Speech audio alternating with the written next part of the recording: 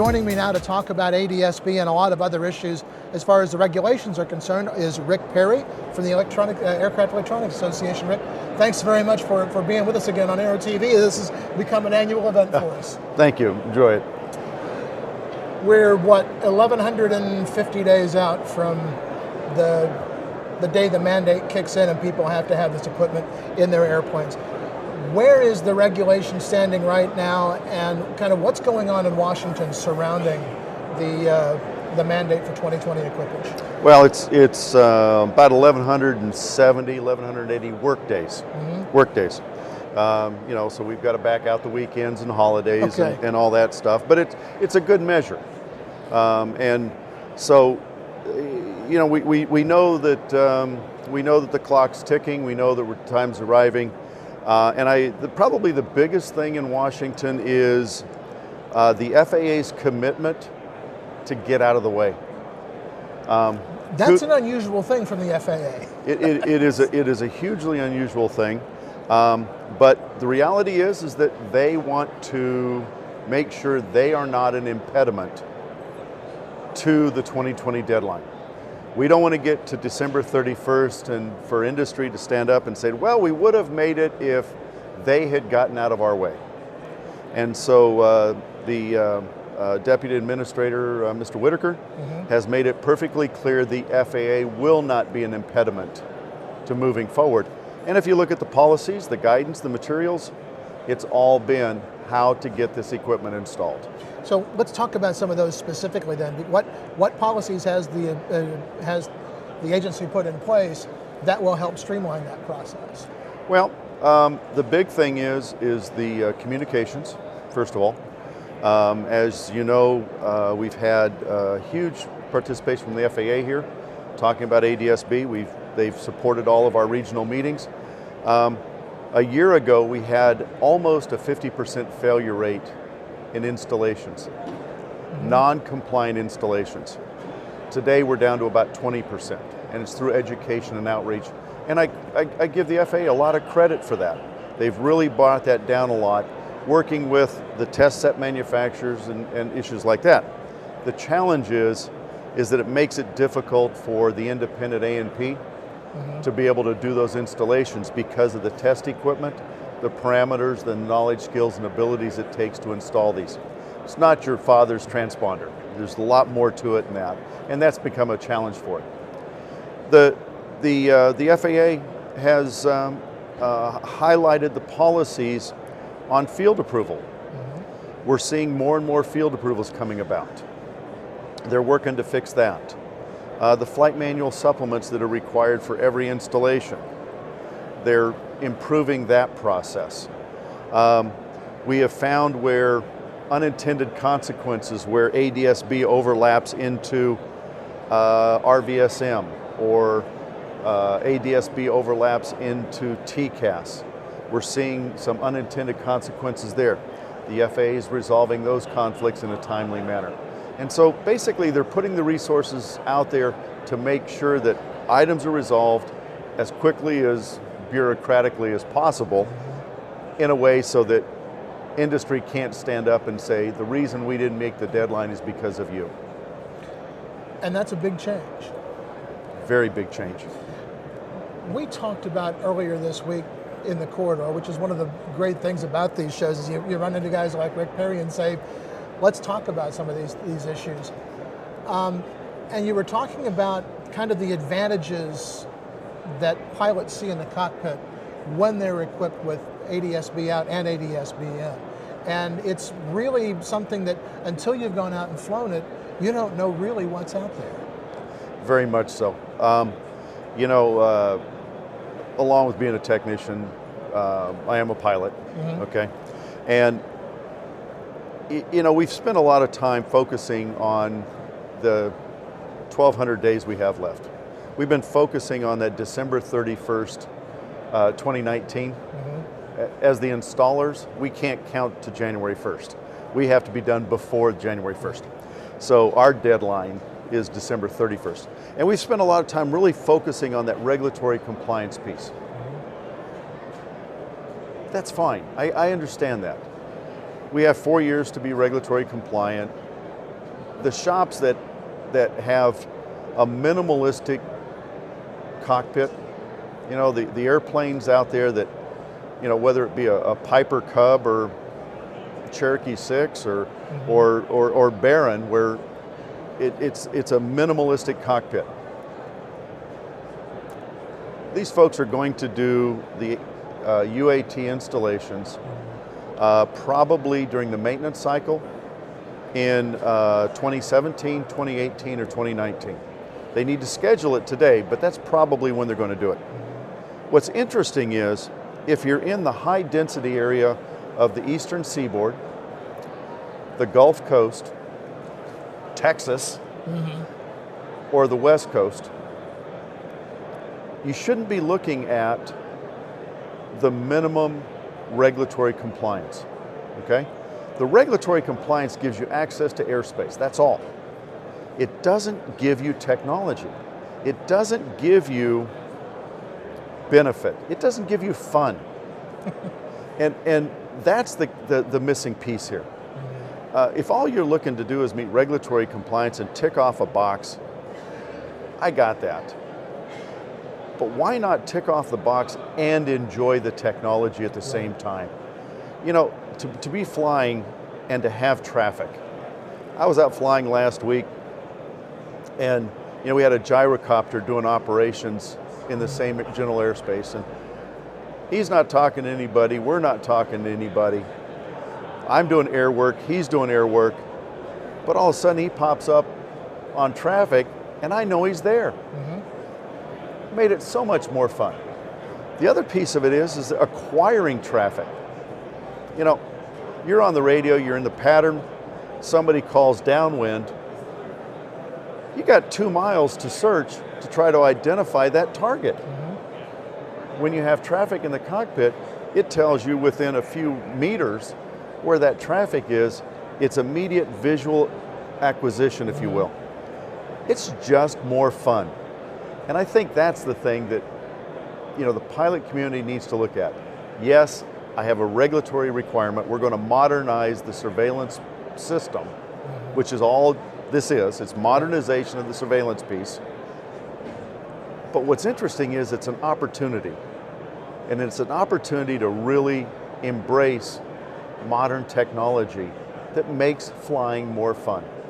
And the weather piece of it is very much the same. And for somebody like me who would fly in Florida or here in Texas or someplace where the weather can change very, very quickly, it gives that pilot all that nice real-time or almost real-time weather, and it makes the flying more fun and safer.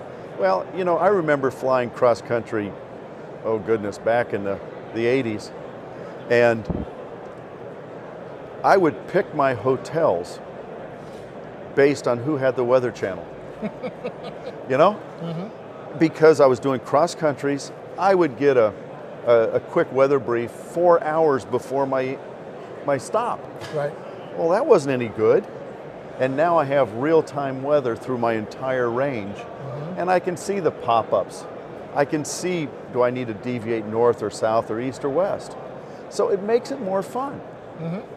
And you, on a lot of those systems, you take your finger, you change the line, and you're following your magenta line right around the weather. You are. Although, because it's ADS-B weather, you can't use it for operational decisions.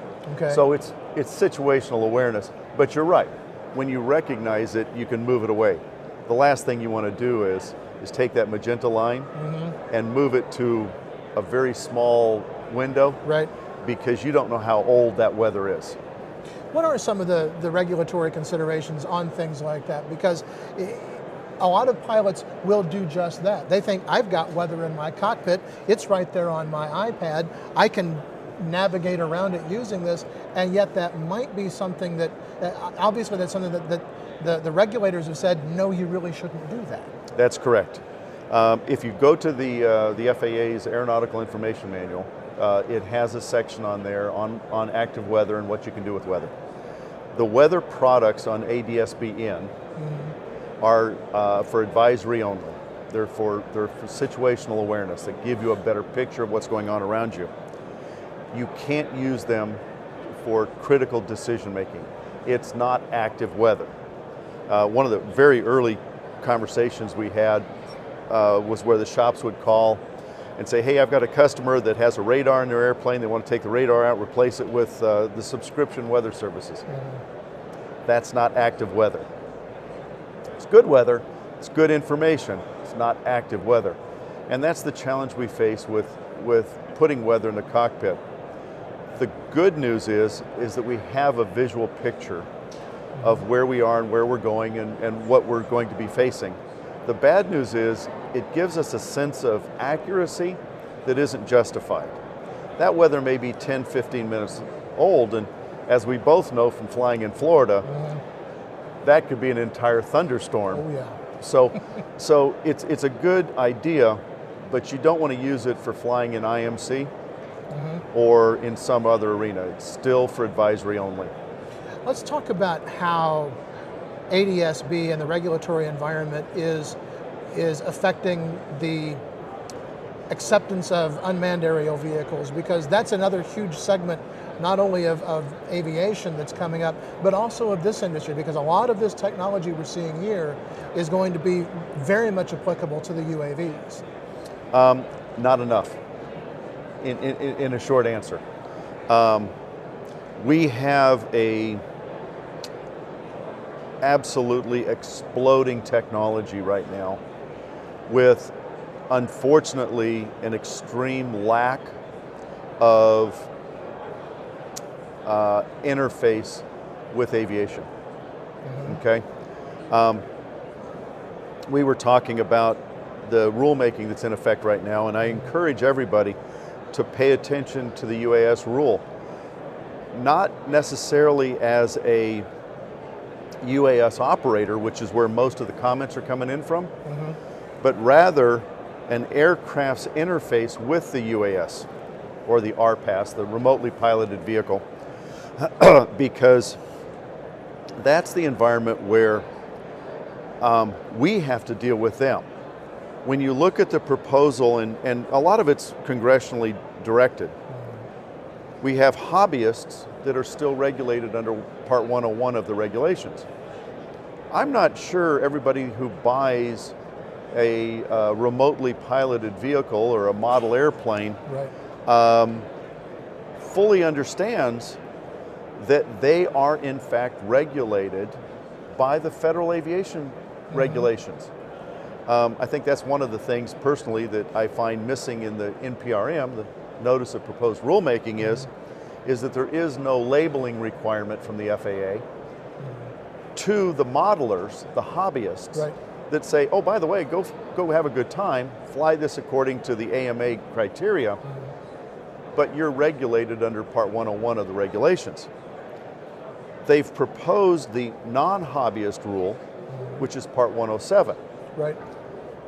Personally, I like the idea that they're going down that path, because it at least gives them some structure about, hey, you're flying in airspace with other airplanes. The hobbyists today are dangerous. Okay? Not intentionally, they don't know what they don't know. These model airplanes are no longer operating from little grass strips that have been cut out by the local modelers club. These are being flown out of somebody's front yard or somebody's field or an intersection of a couple of roads. And they will fly easily to 500 and 1,000 feet. And oh, by the way, we have major airports who have noise abatement procedures that, oh, by the way, bring us over these wilderness areas, bring us over the parks, bring us over the non-housing areas where the modelers are playing. We're going to have a mid-air, and it's not going to be the commercial use, it's going to be the hobbyist use. Do you foresee a time where the quadcopter that you order online has to be ADS-B equipped? I hope so. I hope so. I hope that these airplanes, and they are airplanes, aircraft, I hope these aircraft in fact, either electronically or physically are required to have a signature. And I would offer, registered with the FAA. That would be some paperwork. Doesn't have to be. Doesn't have to be. We have the digital capability to do an online registration. The serial number of the remotely piloted quadcopter. The $40 quadcopter you've ordered The $40 online. quadcopter has a serial number. That serial number is registered with the FAA, so that should that vehicle be involved in a situation, there's traceability back to the operator. Have you had any UAV companies come and approach you about membership in the AEA? We do. It's a growing sector. We have UAV companies that are using UAV to test avionics technologies. We also have a lot of manufacturers here that produce microelectronics that are being used in the UAS. Keep in mind that when you look at the UAS, the RPAS, the drone, whatever you want to call it, right, most of the headlines are coming from the heavier commercial uses, okay? Those already have the technology in them. ADS-B, there is a signal where the aircraft is and how it's being operated. The 107, it's line of sight. It has to be done close in. The hobbyist, without an FAA mandate for these aircraft to have a signature, I'm not convinced that the hobbyist manufacturers will do it voluntarily. Let's talk about one thing more to wrap up, and that's the FAA reauthorization that's coming up. The first hearings have been held in Washington. What is the, I'm searching for a word and it's evading me, but when you talk about this aspect of the aviation industry, where do you fit into the FAA authorization? Well, we, in the maintenance arena, we don't have a lot of legislative issues. Most of our issues are regulatory issues, not legislative. Having said that, we absolutely support a lot of the initiatives that are going on. When you look at the Part 23 rewrite that's going on, the Part 27 rewrite that's on short final, the Part 43 review that we need desperately, these are very low priority items. The FAA has about enough resources in rulemaking to do between 20 and 25 rules a year. That's it. They're resource limited. Generally speaking, our issues don't get enough priority to really make it into the cut. And so in the reauthorization, we're supporting a lot of the initiatives to kind of give some priority to the Part 43 review and rewrite. We need it desperately.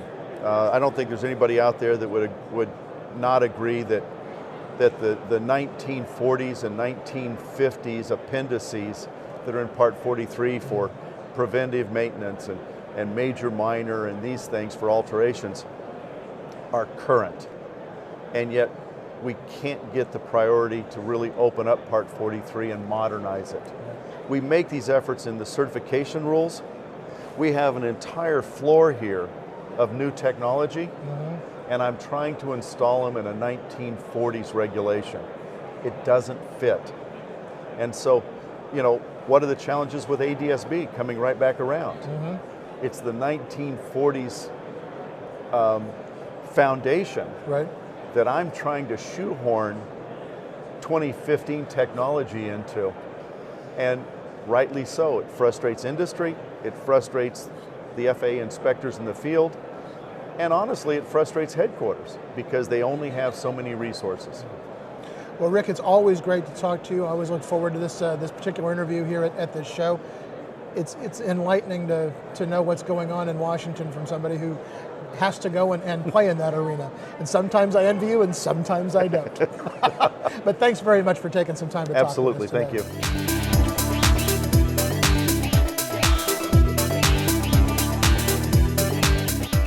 Aero-News Network's coverage of the 58th Annual AEA International Convention and Trade Show, live from Dallas, Texas, is brought to you in part by the following sponsors. Now certified, Aspen Avionics single-band ADS-B ATX100 and ATX100G transceivers are the next-gen ADS-B solution that provides the features pilots need while keeping flyaway costs low. Check it out now at aspenavionics.com. Avidyne provides innovative avionics solutions for general aviation aircraft, including the IFD 540 and IFD 440 FMS GPS navcoms with geofill, hybrid touch, and full ADS-B capability. The KSN 770 is an affordable, WAS-enabled integrated MFD with a flexible hybrid user interface from Bendix King. Get your fingers on the 770's perfect blend of touchscreen and hard buttons. Easily control your GPS navigation, navcom, weather, traffic, and terrain in any condition. For more information, go to bendixking.com. The IntelliFlight 2100 digital flight control system is the perfect complement to today's integrated flight decks and is certified on the King Air and Conquest. It will now interface to a single EVIS and a mid-continent SAM 302 unit for a low-cost complete panel upgrade. Contact us at www.genesis-aerosystems.com.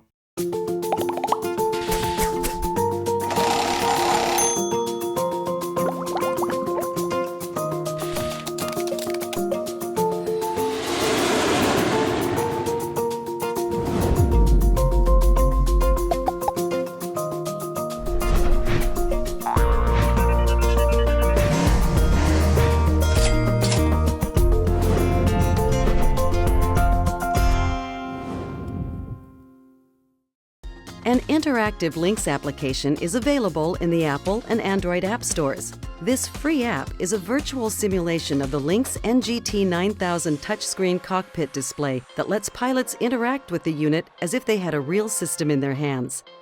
The app covers the entire Lynx family of ADS-B products, including features and options to help customers decide which Lynx model is right for their needs. Meet SAM, the new 2-inch standby attitude module from Mid-Continent Instruments and Avionics. SAM offers selectable horizontal and vertical orientation like no other, guaranteeing the perfect fit within any panel. Learn more at flysam.com. NavWorks makes ADS-B affordable. Certified or experimental, NavWorks gives you high-quality next-gen avionics solutions that dramatically increase your situational awareness. Check us out now on the web at www.navworks.com. The debate is no longer about upgrading GA aircraft with NextGen, it's about financing it. The NextGen GA Fund is about doing just that. Find out more at www.nextgenfund.com.